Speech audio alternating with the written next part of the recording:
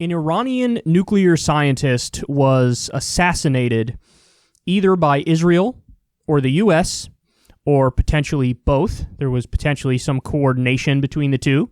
So here's CNN covering that. Iran is promising swift retaliation after a key scientist in its nuclear program was killed in an alleged assassination plot. Iran's defense ministry confirming he died Friday when his car was attacked outside Tehran. Top Iranian officials are pointing the finger at Israel. The U.S. says it is closely monitoring the developments.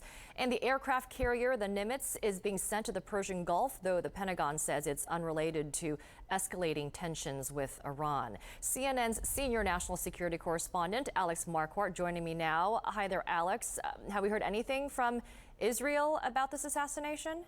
Hi there, Amra. No, we haven't, and I don't expect we will. This is not the kind of thing that they generally comment on. They have not denied responsibility. They have not claimed responsibility. Essentially, this is a win-win for them because everyone thinks that they were behind this attack, this assassination of Mohsen Fakhrizadeh, and he is now dead. We have not heard anything from the U.S. government either, not from the White House or the Defense Department.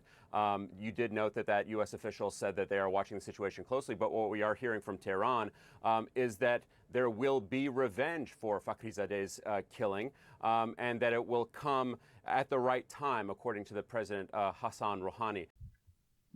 So they're promising retaliation because, of course, they were going to promise retaliation.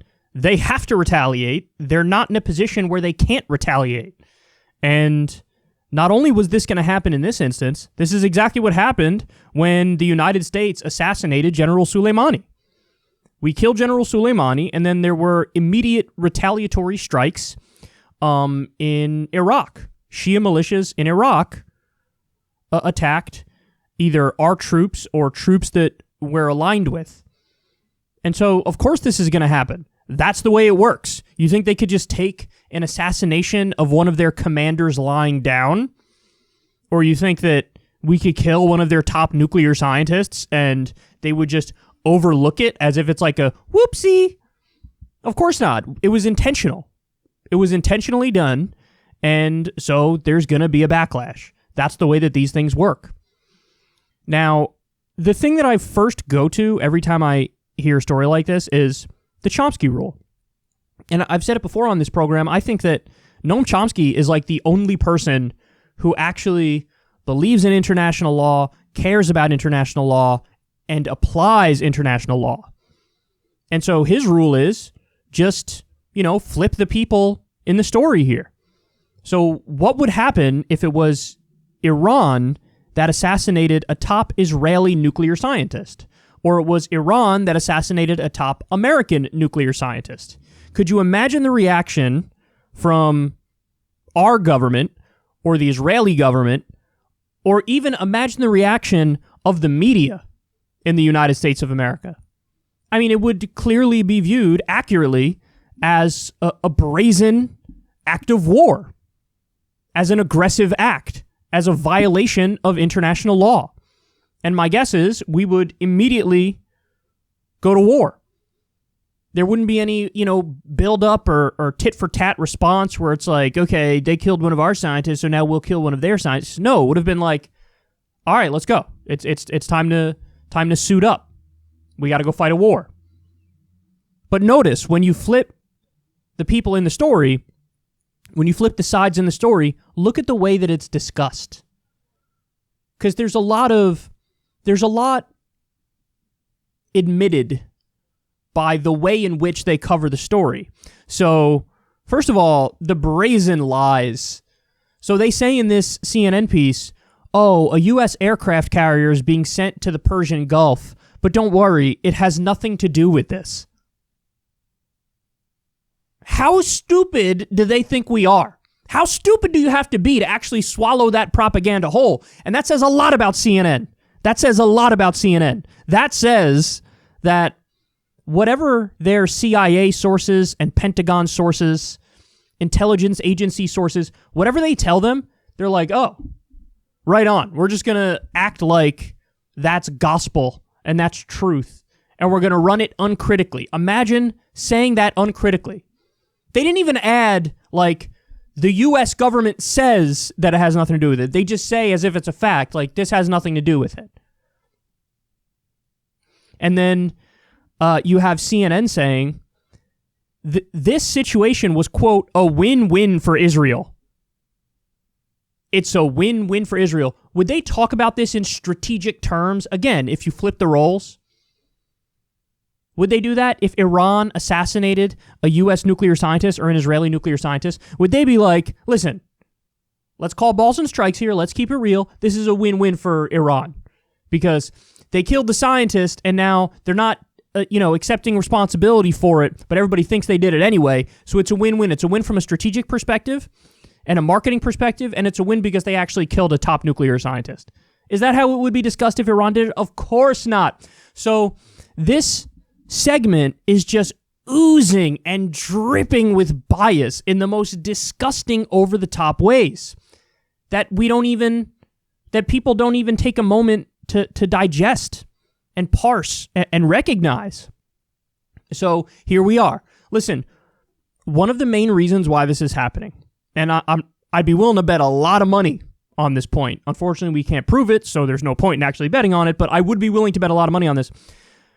Donald Trump wants to leave Joe Biden with a gigantic mess. And so in order to leave him with a mess, he's going to greenlight anything and everything that he can get away with when it comes to Iran, because Donald Trump fears that Joe Biden will get back in power, and one of the first things he'll do is try to get us back in the Iran nuclear agreement, the 2015 nuclear agreement that him and Obama negotiated.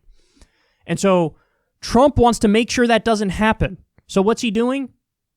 Anything and everything to screw up our relationship with Iran even more before the next administration comes in. And that's why they said, we cover the story on this show, and I think there's probably merit to it. You had Trump asking his top advisors after he lost, how quickly can we attack Iran's top nuclear site?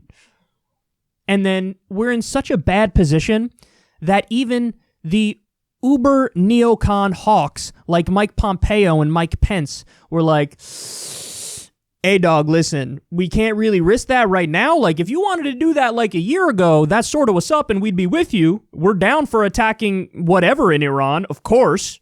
We hate them. We want to do regime change. That's what we're all about.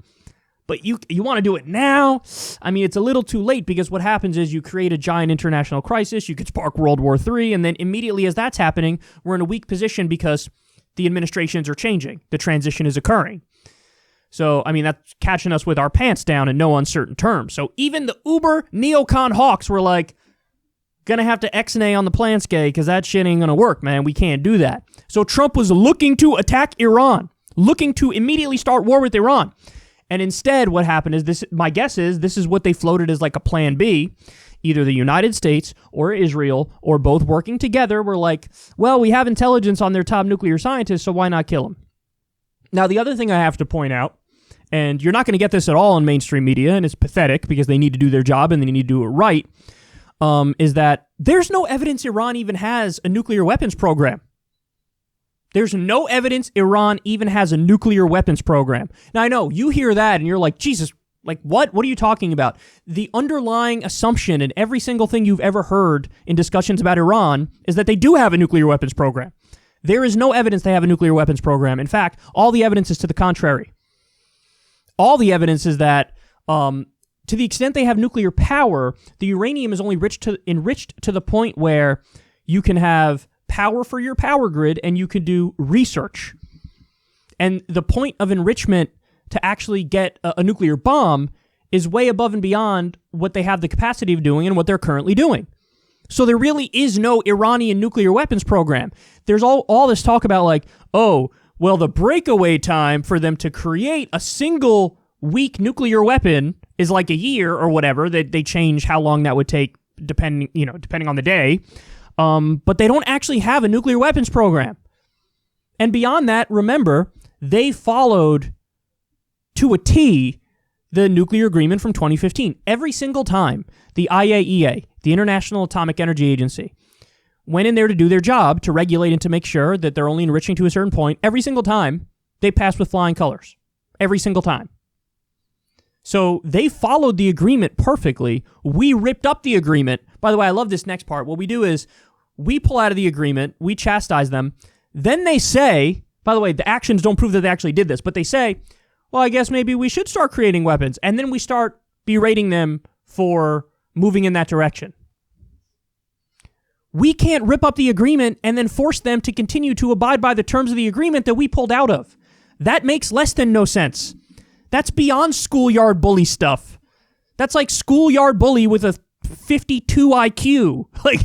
That's just stupid and belligerent and makes absolutely no sense. But see, that's the thing, is the rest of the international community looks at us and they're like, oh my God, you guys are pathetic. In fact, the European Union released a condemnation of what we did here. You want to know why? Because it's a brazen violation of international law, and you have to think about these things in a universal way. So in other words, the precedent that was now set is we can assassinate scientists. We can assassinate scientists. Now, you might be somewhat comfortable with that since we're the world's sole superpower, right? How are you going to feel about that when China is the world's sole superpower, or Russia is the world's sole superpower, or some nation that's not us is the world's sole superpower? Are you comfortable with other governments that will become imperialist leaders? Are you comfortable with them willy-nilly assassinating nuclear scientists? Is that something that, you would watch and say, that makes sense? No. When anybody else does it, we realize, oh my God, this is insane. But this is what we do. Like, the United States acts under the assumption that international law applies to everybody else but us. And we got to do whatever we want, and we're the policemen of the world, and you can take it. And it's beyond grotesque. Because if you're not thinking about these things in a universal way, then what you don't understand is you're green lighting everybody else can do these things too. It's like when we did the war in Iraq. What precedent was set there? The precedent was you can do illegal and offensive wars against countries that don't attack you, even though that is a clear violation of international law. But since we did it, now other places can do it, and they can say, I don't know what you're talking about.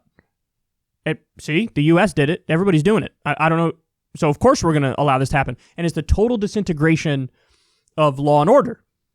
Ironically enough, on the international stage, one of the things that's desperately lacking is law and order. So you should be in favor of law and order when it comes to the international stage. But the Democrats and the Republicans, they don't believe in law and order at all. Not even a little bit. And it's kind of ironic and funny that, the Republican Party, especially Trump, he claims that mantle of law and order and screams it relentlessly. There's 1,000 tweets of him just saying law and order in all caps with an exclamation point. But really, he doesn't mean it. He means it in the most narrow possible sense. He means it in the sense of hey, if there are cops doing police brutality and beating innocent people, just sit there and take it. So he actually means it when the cops are violating law and order. He says law and order to imply shut up and take it. But when it comes to law and order, as in hey, let's not violate international law, he's like, I don't know what you're talking about. The other interesting thing is, and we talked about this quite a bit, not discussed almost at all in mainstream media, the United States pulled out of the International Criminal Court because the International Criminal Court said, you're sanctioning life-saving medicine going into Iran, and you can't do that. You have to stop. We're not allowing you to do that. And we said, watch us. Watch us. We're going to do exactly that. We're going to continue to sanction medicine going into their country. We don't care how many civilians die. And we're not going to listen to you. We're going to pull out of the court. And you don't like it? Why don't you stop us with your army? Oh, that's right. You don't have an army. We have the most powerful one ever. This is how we act. These are our true colors. So, if you're not outraged, you're not paying attention. You should be outraged. Because these are incredibly destabilizing events. They're wrong on their merits. It's murderous on its merits. Not okay on its merits. But beyond that, even if you're inclined to not care about that angle of it, which you should, it's a deeply destabilizing event. Because now there are going to be retaliation attacks. Because there have to be. Just like there was with Soleimani. Just like there will be now. So, oh man.